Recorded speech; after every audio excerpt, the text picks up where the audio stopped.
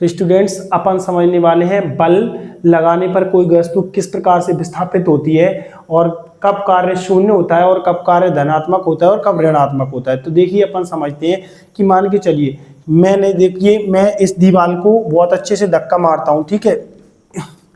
मैं इसको धक्का मारता रहूं, मेरे द्वारा इस पर बल लगाया जा रहा है, लेकिन ये दीवार कहीं विस्थापित होगी, अपनी जगह पर स्थिर रहेगी, तो यहाँ पे कार्य कैसा होगा हमारा, यहाँ पर कार्य हमारा शून्य होगा बेटा। क्या होगा? शून्य होगा, ठीक है। क्या हो गया? बल की दिशा में उसने गति नहीं की। अच्छा, अगर मान के चलिए यहीं पे मेरे पास एक, ये देखिए मेरे पास ये बॉक्स है ये मेरे पास बॉक्स है, अगर मैं इसको यहाँ से धक्का मारता हूँ तो ये खिसक रहा है, इधर खिसक रहा है बेटा, ये इधर खिसक रहा है और ये खिसक कर चला गया, यानी कि मैंने इस चीज पर बल लगाया और वो चीज गति हो गई, गतिमान अवस्था में चली गई, यानी विस्थापित हो गई। क्या हो गई? विस्थापित। तो मेरे द्वारा क्या किया गया बेटा?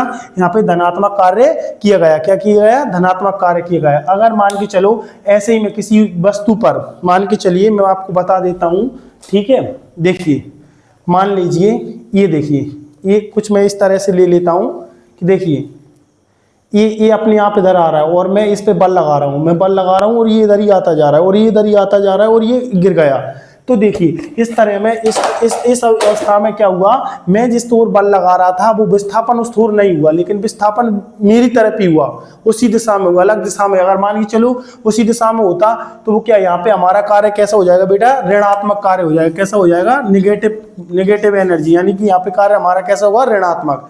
ठीक है बच्चों, ये बात समझ में आई। अभी देखिए मैं और तुम्हें बताता हूं। देखो यहाँ देखिए कि मान लीजिए कोई भी चीज को हम बल लगाते हैं, देखिए मैं अगर इस पर बल लगाता हूं तो ये आगे की ओर गति कर रही है, दिख रही होगी आपकी, यानी कि यहाँ पे धनात्मक कार्य होता है। यहीं जैसे मैंने दीवार पे बल लगाया तो कार्य नहीं हुआ था। बात समझ में आई? आगे क्लास बढ़ाते हैं, ठीक है। धन्यवाद।